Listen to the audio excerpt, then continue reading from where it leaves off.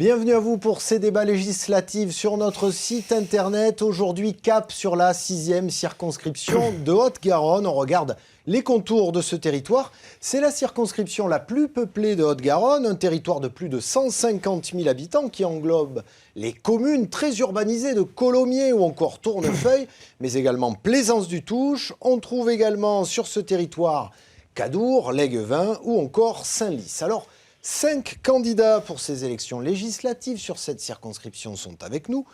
Monique Iborra, bonjour. Bonjour.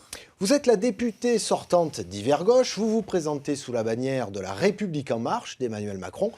En quelques mots, en 30 secondes, comment définiriez-vous ce territoire où vous avez donc déjà été élu? Territoire que je connais bien, oui, en effet, puisque c'est j'ai fait 2 mandats sur ce territoire, un seul mandat sur Colomiers, puisque la circonscription a été redécoupée. Et donc, c'est une circonscription, comme vous le dites, qui est une des plus peuplées, non seulement de la Haute-Garonne, mais de France. De France, oui. Puisque la moyenne est de 110 000 électeurs sur 110 000 habitants par circonscription. Donc, 39 communes. La plus petite fait 104 habitants. La plus importante fait 38 600. C'est donc à la fois du rural, de l'urbain, une sociologie qui est complètement différente, des besoins qui ne sont pas identiques, une organisation administrative tantôt appartenant à la métropole, tantôt des communautés de communes avec des inégalités sur ce territoire qui m'appartient, sur laquelle j'ai déjà travaillé, qui m'appartient en effet, il m'appartient d'apporter des réponses. Merci à vous. Face à vous, Camille Pouponneau, candidate socialiste. Bonjour. Bonjour. Alors, vous êtes originaire de Pibrac, me semble-t-il. Comment vous le décrivez, ce territoire où vous vous présentez ? Écoutez, moi je crois que ce qui caractérise tout d'abord, surtout ce territoire de la 6e circonscription de Haute-Garonne, c'est ses habitants. Et c'est une population dynamique qui a envie d'avancer. Et on a sur notre territoire des forces vives, associatives, économiques, qui sont énormément en attente vis-à-vis de leurs élus. Alors vous le disiez en introduction, c'est un territoire finalement qui est à l'image de la France, puisqu'on a du très urbain, avec des quartiers classés prioritaires en politique de la ville. Et puis on a du périurbain et du très rural. Et en effet, les problématiques ne sont pas les mêmes. Mais en tout cas, ce qui me semble réunit cette population, c'est bien son dynamisme et son envie d'avancer. Merci à vous. Un représentant Les Républicains est également avec nous. Damien Laborde, bonjour. Bonjour. Alors, même question. Comment vous qualifiez ce territoire? Quel est votre regard? Eh bien, effectivement, cette circonscription elle a une particularité, c'est qu'elle est à la fois mi-urbaine et mi-rurale, en plus avec une ruralité qui est souvent oubliée aux confins de notre département, avec des communes comme Cadour et aux alentours. Elle compte 39 communes, 155 000 habitants, ça a été rappelé tout à l'heure, ce qui en fait une des circonscriptions l'une des plus peuplées de France, mais la plus peuplée aussi de notre département. Merci à vous. Pour la France Insoumise, Patrick Gimena, bonjour à vous. Bonjour. Alors, quelques mots sur ce territoire? Écoutez, effectivement, c'est une circonscription qui se caractérise par des territoires urbains très forts, très densifiés, et des territoires ruraux. Donc c'est un territoire qui a un potentiel énorme entre le rural et l'urbain. Il manque peut-être des échanges et des interactions, on va en parler peut-être tout à l'heure. Mais en tout état de cause, il y a un potentiel humain, un tissu économique et une vie associative très riche. Ça, c'est une caractéristique très forte. Mais il ne faut pas oublier le revers de la médaille. C'est aussi un territoire qui se caractérise par des familles monoparentales de plus en plus importantes, par un chômage qui est au-delà de la moyenne nationale, par des problèmes, je dirais, de transport qui impactent le quotidien de tous les habitants. On va essayer de parler de tout ça. Voilà. Et donc, je pense qu'il y a un potentiel très, très riche et en même temps des problématiques qu'il ne faut surtout pas oublier. Merci à vous. Enfin, le Front National, également représenté sur ce plateau. Avec vous, Michel Pélizon, bonjour. Bonjour. Alors, cette 6e circonscription de Haute-Garonne, comment la définiriez-vous, de votre point de vue? Mais voilà, je vais dans le sens de tout le monde, parce qu'on ne peut pas faire autrement. C'est vrai que c'est une circonscription essentiellement qui est urbaine, mais rurale également, avec des zones qui souvent, effectivement, sont un peu oubliées parce qu'elles sont à la frontière du Gers. C'est le cas de Cadour et de toutes les petites communes aux alentours. Et donc des zones très urbaines comme Colomiers, Tournefeuille, mais également d'autres communes, puisqu'on a un problème de densification, une augmentation importante de la population ces derniers temps, avec un réseau urbain complètement déficient, ce qui ne facilite pas les échanges entre les différentes communes, puisque la circonscription est donc très étendue, et donc il y a un problème d'échange économique dû à ces défaillances au niveau des transports. Voilà, au niveau des transports. Merci à vous. Alors avant de vous donner la parole plus longuement, mesdames, messieurs, on revoit les résultats de la présidentielle sur cette 6e circonscription de Haute-Garonne. Au premier tour, Emmanuel Macron largement en tête avec 29% des voix. Deuxième, Jean-Luc Mélenchon avec 22 points. Marine Le Pen arrive troisième avec 17%.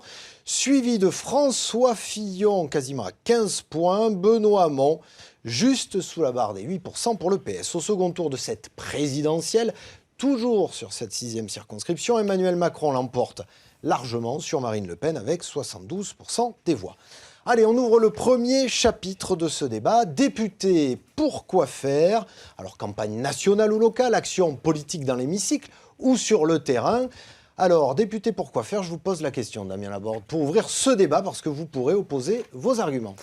Le député, d'abord, il a un double rôle, à la fois national et local. À l'Assemblée nationale, il est à l'initiative de loi, mais aussi il est là pour les voter. Je prends une mesure phare emblématique, c'est la réduction du nombre de parlementaires. On ne va pas pouvoir continuer à demander aux Français de faire des efforts supplémentaires et avoir une classe politique au Parlement aussi important. Quand 577 députés, c'est trop pour vous? Quand on la compare à d'autres pays comme les États-Unis, comme l'Angleterre, comme l'Allemagne, on est aujourd'hui sur un nombre de députés qui est trop important en France.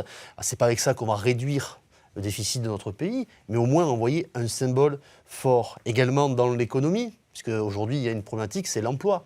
On va y venir, notamment dans le deuxième chapitre. Ouais. Eh bien, il va falloir simplifier le Code du travail. 3700 pages du Code du travail, c'est trop, c'est illisible tant pour les entreprises que également pour les salariés. Il va falloir redonner du pouvoir d'achat. Une mesure phare qui a été supprimée par notamment la députée socialiste à côté de moi, Mme Monique Iborra, c'est l'exonération des heures supplémentaires pour les salariés. On a bien compris, donc voilà le type de dossiers qui, pour vous, sont la mission ou sont les missions des députés. Camille Pouponneau, député, pourquoi faire?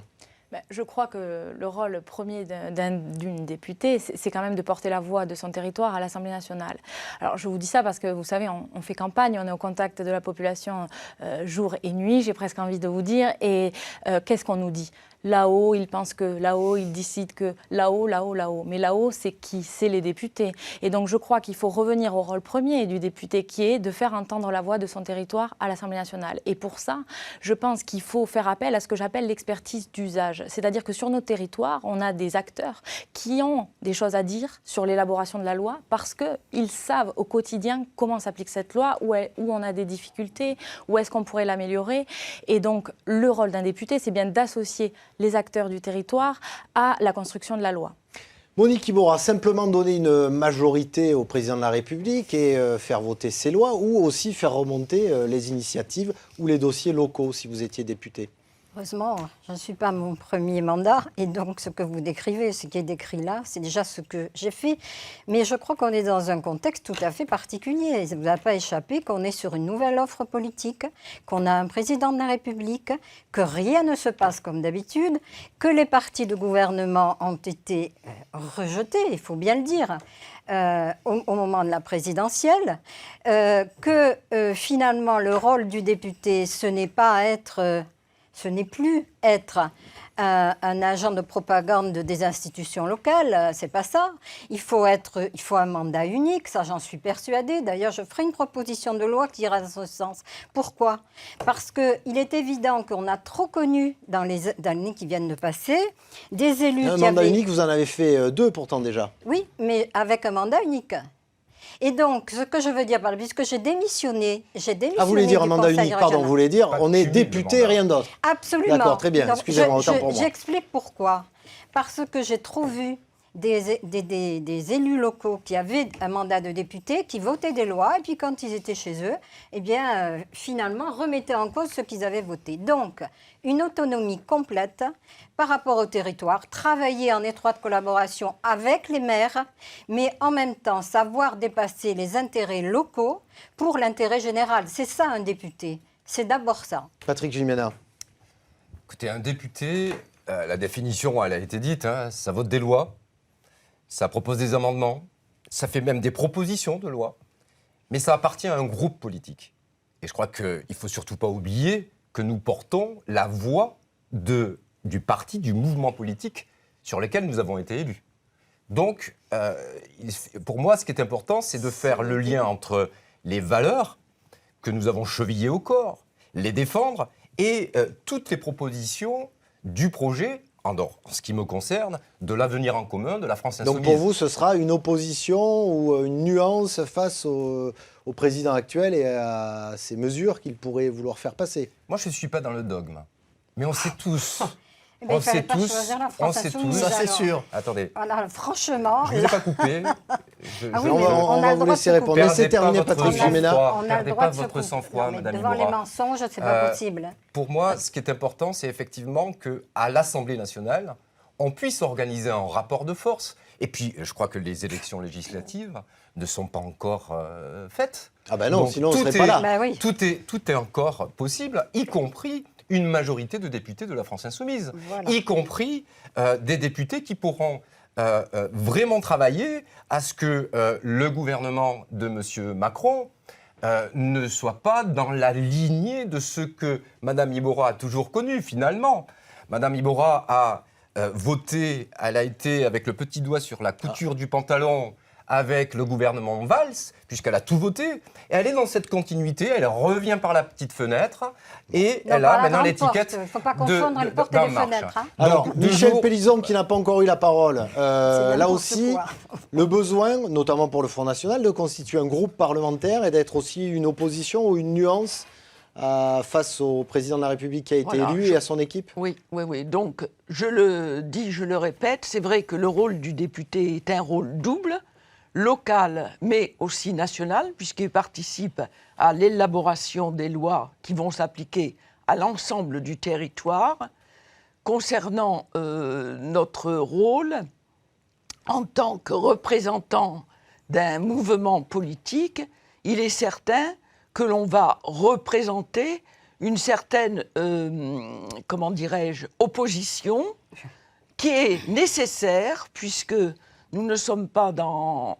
On a encore le droit de s'exprimer, donc il est important que les différents mouvements, partis politiques qui ne font pas partie de la majorité actuelle puissent s'exprimer, puissent apporter des nuances aux décisions prises et éventuellement une nuances, contestation c'est et d'autres propositions.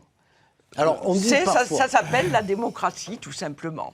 On dit parfois que le député peut aussi faire avancer des dossiers locaux. C'est votre avis ou oui, pas, Damien Laborde? Oui, effectivement, il y a ce pouvoir qu'il a au niveau local. On parlait tout à l'heure de la problématique des transports. Eh bien, il va falloir obtenir la participation de l'État pour la réalisation de cette troisième ligne de métro, Toulouse-Gare, La Beige-Gare, la fameuse ligne de l'emploi.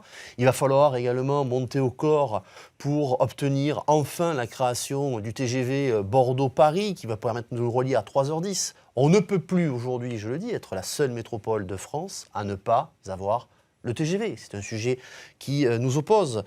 Également, développer la possibilité d'obtenir des financements sur la réalisation de la fameuse seconde rocade. Ça, aujourd'hui, ce sont des sujets que le député doit s'accaparer. Oui, alors je serais très intéressée de savoir comment M. Laborde compte s'y prendre pour parvenir à ces objectifs-là. Mais moi, je voudrais revenir, si vous me le permettez, un petit peu sur ce qui a été dit. En effet, cette élection est inédite. Personne ne peut le contester. Maintenant, je voulais vous interroger et interroger nos téléspectateurs sur qu'est-ce que la modernité ? Est-ce que la modernité au Parlement, c'est une majorité qui enregistre, qui entérine avec un chèque en blanc au gouvernement les projets de loi qui sont portés par ce gouvernement. Moi, je crois que la vraie modernité, et c'est quand même ce qu'a porté aussi le président qui a été choisi par les Français, c'est quand même de dire à un moment donné, on peut aller chercher du compromis, on peut aller chercher du consensus, on peut aller chercher les majorités en fonction des textes, et que donc du coup, nous, la gauche, on a des choses à apporter pour faire infléchir un certain nombre de dossiers. Monique Iborra. Oui, je crois qu'il faut être clair. C'est vrai qu'à la fois, il faut du renouvellement, mais est-ce que réellement le renouvellement, c'est pas aussi porter une nouvelle politique? Une nouvelle pratique, on a dit, des partenariats, pas d'opposition systématique. Non, tout simplement, ce que je vois, c'est que il y aura une majorité parlementaire dans laquelle le Parti socialiste ne sera pas, contrairement à ce qu'on peut faire croire sur des documents, y compris sur des documents, qui est à la limite de la manipulation quand même.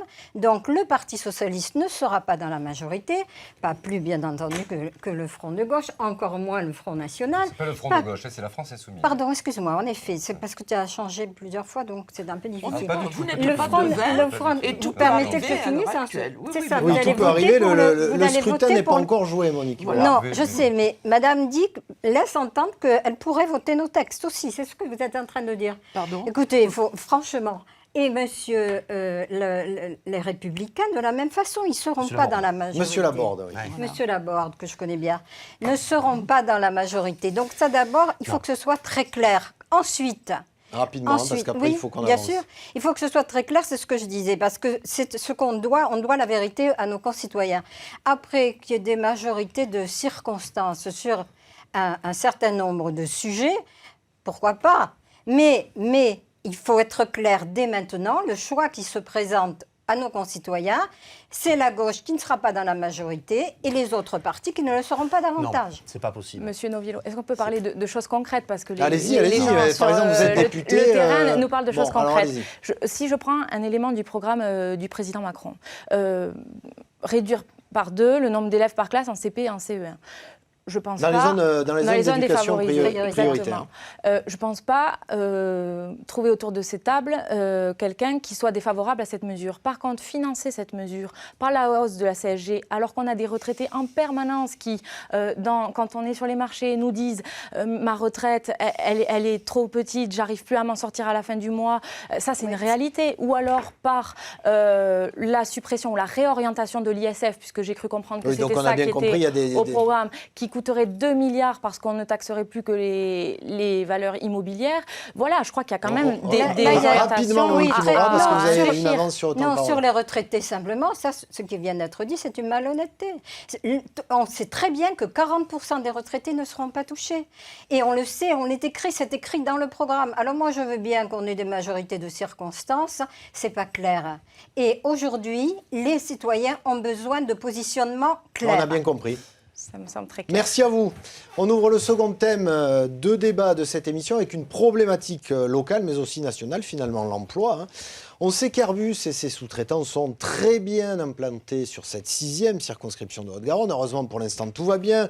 Les carnets de commandes sont remplis, mais comment ne pas tomber dans une surdépendance ou dans une mono-activité, soit comment développer l'emploi, diversifier l'emploi sur cette circonscription très peuplée, on l'a vu. C'est le débat qu'on lance. On débute avec vous, Patrick Gimena. Quelles sont vos pistes ? Alors, il est clair que l'aérospatiale et l'aéronautique sont un poids lourd de notre économie locale. L'augmentation de la population fait que dans le sillage de cette économie, il y a aussi les commerces qui se développent. Il ne faut quand même pas oublier que la fonction publique, c'est 29% aussi des emplois dans notre département. Et que face à cette mono-industrie qui donc crée beaucoup d'emplois et qui a des perspectives assez intéressantes, on voit bien aussi qu'il y a quand même quelques contraintes. Les contraintes, c'est qu'il n'y a plus de nouveaux projets. On voit bien que Airbus est en train de se défaire de quelques milliers aussi d'ingénieurs dans les bureaux d'études. Et ça, c'est aussi important à signaler. On n'est pas à l'abri. C'est pas vrai. On n'est pas à l'abri. Vous répondrez. Attendez, on n'est pas à Terminez, l'abri aussi d'un choc énergétique, d'un problème d'énergie qui ferait que cette mono-industrie soit balbutiante, en tout cas dans les années qui arrivent. Et puis il y a la concurrence des Chinois qui fait que la Chine aujourd'hui sort l'équivalent de la 320. Oui, elle a fait voler son Donc, premier on a avion un de carnet ligne de commandes il y a quelques important. semaines. Dans les bureaux d'études, il y a quand même un certain nombre d'inquiétudes. Et donc face à ça, il ne faut effectivement pas mettre tous les œufs dans le même panier. Damien Laborde, pour vous, il n'y a pas de problème chez Airbus, il n'y a pas de licenciement. Bah écoutez, si, il y a des licenciements, mais ce sont souvent des suppressions. On ne peut pas parler de licenciements, mais de suppression de postes, notamment des fonctions, ce qu'on appelle support, et non pas dans les cabinets d'ingénierie.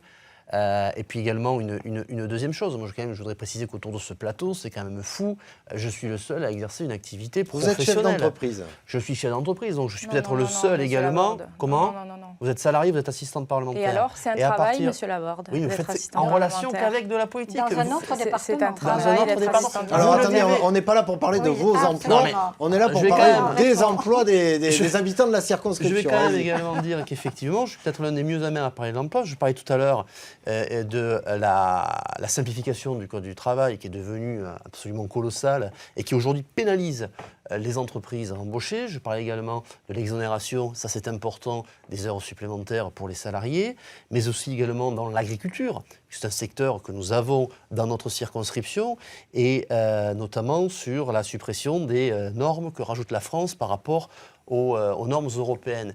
Et enfin, moi je voudrais être aussi très clair avec les électeurs, le député il n'est pas là pour créer des emplois, mais par contre il est là pour favoriser un cadre juridique pour faire en sorte qu'elle se crée.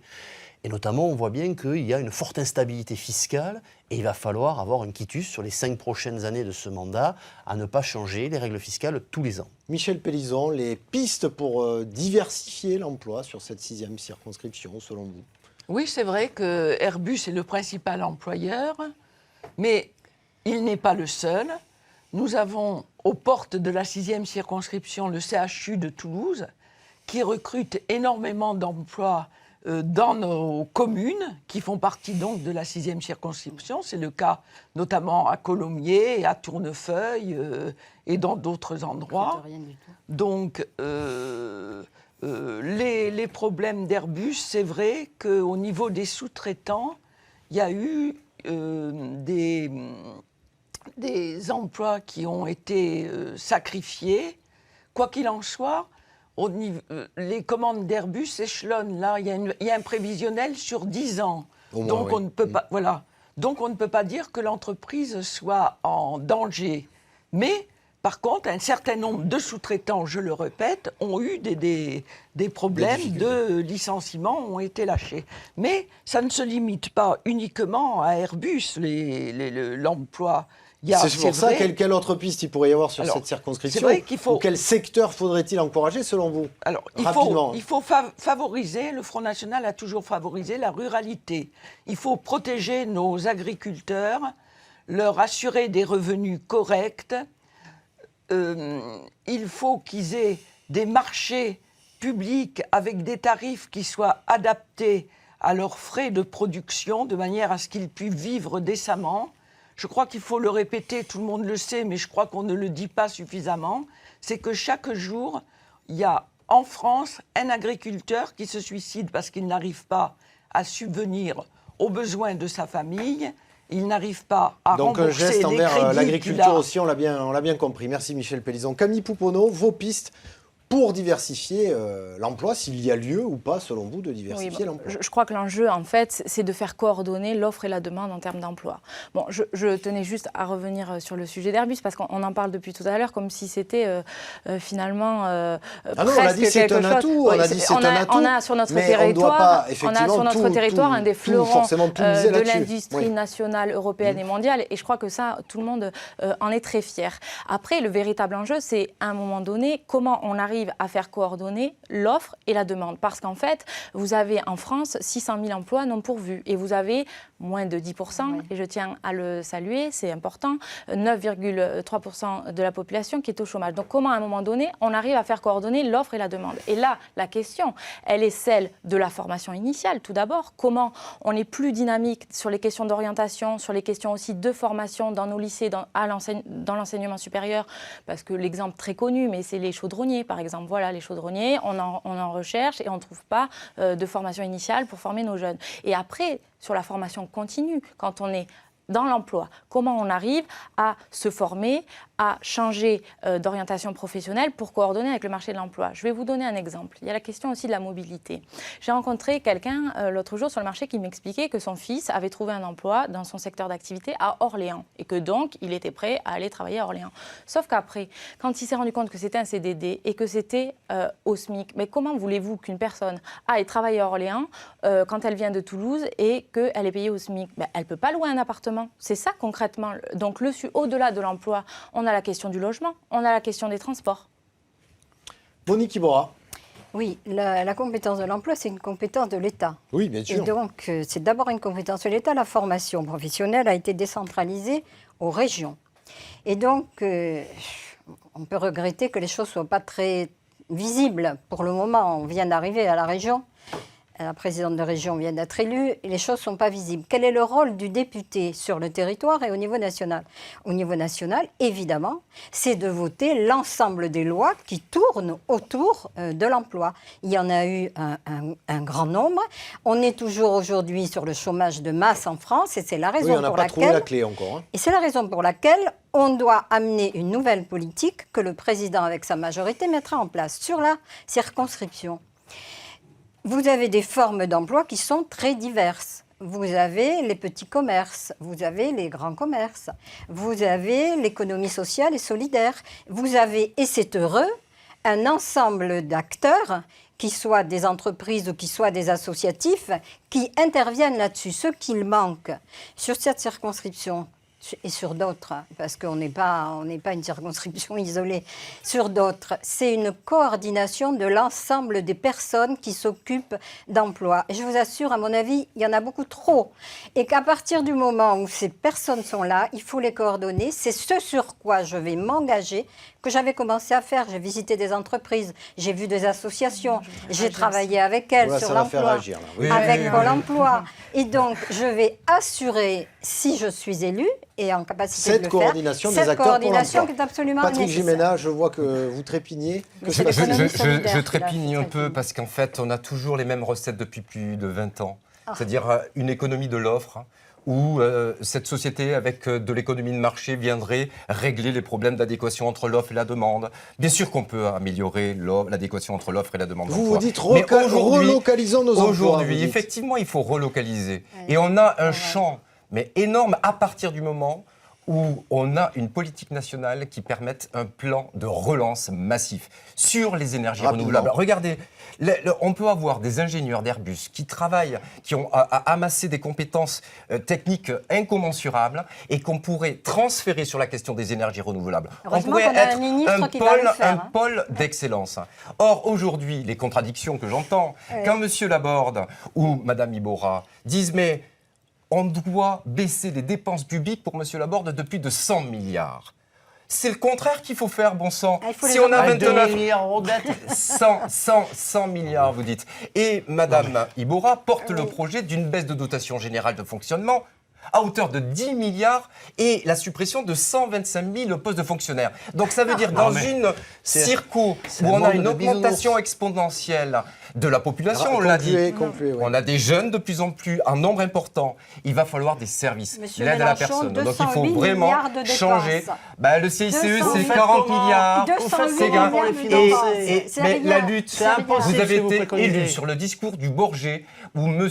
Hollande dit vous étiez député socialiste. J'ai été élu et j'en suis fière et je suis restée. C'est une usurpation jusqu'à ce qu'on m'exclue parce que je n'avais pas soutenu la présidente de région. C'est une usurpation politique pour la simple et bonne chose, c'est que M. Hollande a dit « Je déclarerai la guerre à un ennemi qui est invisible, c'est celui de la finance. » Or, on a plus de 80 milliards de paradis fiscaux et vous n'avez absolument rien fait. Avec ça, on ne va pas revenir sur le programme de François Hollande.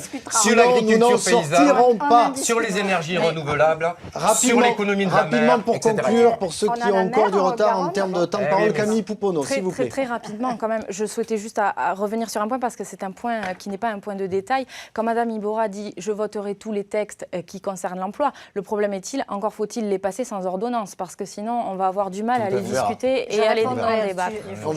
30 secondes après. Non, mais les ordonnances, il faut savoir ce que c'est. Quand on veut être député, on ne peut pas comparer les ordonnances avec le 49.3, c'est pas possible. Bon, très bien. Ça n'empêche que ça ne va pas être débattu. Madame Iborra, vous faites non, on ne va pas relancer le débat, s'il vous plaît, en 30 secondes peut-être. Je voudrais juste préciser quelque chose qui n'a pas été abordé.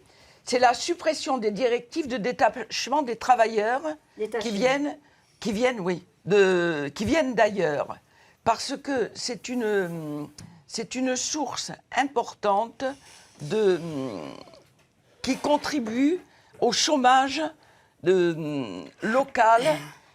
Alors, on parlait tout à l'heure de l'offre et de la demande. Vous pensez que si ces employés ne viennent pas, d'autres feront le travail à leur place ? Il faut les remplacer par des taxes additionnelles qui compenseront justement les main-d'œuvre à bas coût. de manière à favoriser 6 les millions emplois de chômeurs, locaux. 9 millions de personnes qui c'est- sont Allez, dans la précarité. on aurait pu débattre C'est très incroyable. longtemps là-dessus, mais on arrive à la Incroyable. conclusion de ce débat sur Internet, donc ce débat qui concerne toujours la 6e circonscription de Haute-Garonne, peut-être la vôtre, internautes qui nous regardez. On revoit la carte de ce territoire à la fois ancrée dans Toulouse, mais aussi sa campagne environnante, Colomiers, Tournefeuille, encore Cadour ou Léguevin. Et en guise de question finale, une même question pour tous en 30 secondes, j'insiste, chacun réponse courte. Quelle serait votre priorité si vous étiez élu député, Patrick Gimena? Moi, je travaillerai à l'inscription de la règle verte dans la Constitution, l'abrogation de la loi El Khomri, qui est une véritable fumisterie, et puis même la loi numéro 2 de M. Macron, qui est en préparation pour sans doute cet été, vraisemblablement. Je travaillerai aussi à la mise en place d'un audit citoyen sur la dette, puisqu'on nous expose ça comme une règle économique intangible. Et puis, je travaillerai aussi à l'indépendance énergétique et alimentaire de tous nos territoires en France. Merci à vous. Si vous étiez réélu, Monique Iborra, quelle serait votre priorité? Ma priorité, c'est celle que j'avais mis déjà en œuvre, c'est-à-dire être à la fois à l'Assemblée nationale, et c'est nécessaire évidemment, et puis être ancré dans les territoires et auprès des citoyens. Et je pense que nous allons avoir, encore une fois, si nous avons la majorité, des choses qui ne ressembleront pas à ce qu'on a vécu jusqu'à présent, puisqu'il va nous être demandé aux députés, et je pense que c'est une très très bonne solution, on va nous demander d'évaluer en direct les lois que nous votons dans la vie quotidienne des gens. Je commence à le faire dans la campagne avec des thèmes sur la vie quotidienne de chacun et je continuerai dans cette circonscription en faisant la même chose. Merci à vous, Camille Pouponneau. Si vous êtes élu député, quelle sera votre priorité? Ma priorité, elle est très claire, c'est redonner confiance aux citoyens en leurs élus. Voilà, arriver à ce qu'il y ait un lien de confiance entre la députée de la circonscription et les citoyens. Et pour ce, bien sûr, en finir avec toutes les manœuvres politiciennes et autres dont nos concitoyens ont un petit peu ras-le-bol, pour le dire clairement. Et puis surtout, on n'en a pas du tout parlé, mais il y a un point qui est très important, c'est la moralisation de la vie publique. Voilà, et de la vie publique, la vie politique. On en parlera cette semaine, en tout cas, puisque le projet de loi va être exactement. examiné. Et ça, alors je voudrais débattre dire sur le sujet. qu'au-delà de ce qui est proposé et qui me semble tout à fait correct et aller dans le bon sens, il faudra absolument aussi mettre en œuvre le contrôle des dépenses des députés. Et ça, c'est un sujet qui m'est cher. Merci à Il vous. suffit de voter et de signer la charte anticorruption. Michel C'est ce que Pélizon, j'ai fait. pour conclure, quelle serait C'est votre ce que j'ai fait. priorité si vous étiez élu député? Il n'y a pas eu Mais de convention. S'il vous plaît. Élu député, il est important que les lois de la République soient respectées par tous, sans exception.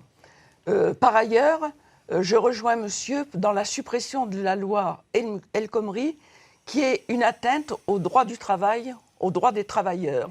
Donc il est important de supprimer, voire de revoir cette loi entièrement, parce que c'est grave. Cette révision du Code du travail, les indemnités au niveau des prud'hommes qui vont être plafonnées, tout ça c'est à revoir, c'est grave. On arrive dans une situation où j'ai l'impression qu'on régresse, sincèrement. Merci à vous. Et puis, Damien Laborde, donc, même question. Quelle serait votre priorité si vous étiez élu député? Aujourd'hui, ma priorité, c'est l'emploi. En tant qu'entrepreneur, je sais ce qui fonctionne sur le marché du travail, mais je sais aussi ce qui ne fonctionne pas. Et je ferai en sorte de voter les lois qui permettent de redonner du pouvoir d'achat aux salariés, mais également, et je le répète, faire en sorte d'ouvrir les entreprises au niveau de leur carnet de commandes. Merci à vous 5 d'avoir accepté ce débat. Vous étiez 5 ici en plateau, mais je vous rappelle qu'en tout, ce sont 16 candidats qui se présentent sur cette circonscription. On voit leur nom apparaître, 16 candidats. C'est d'ailleurs le plus grand nombre de candidats sur les circonscriptions en ex-Midi-Pyrénées. Patrick Gimena, on a légèrement écorché votre nom, on s'en excuse sur cette palette. Vous ne l'aviez pas remarqué, mais je vous le dis. Merci à vous tous, en tout cas, d'avoir été avec nous. Bonne fin de campagne à tous. Merci beaucoup. Et une campagne que vous pourrez évidemment continuer à suivre sur notre site internet, avec évidemment les temps forts, toutes les analyses et les résultats pour le premier tour le 11 juin et le second le 18 juin. D'ici là, à bientôt.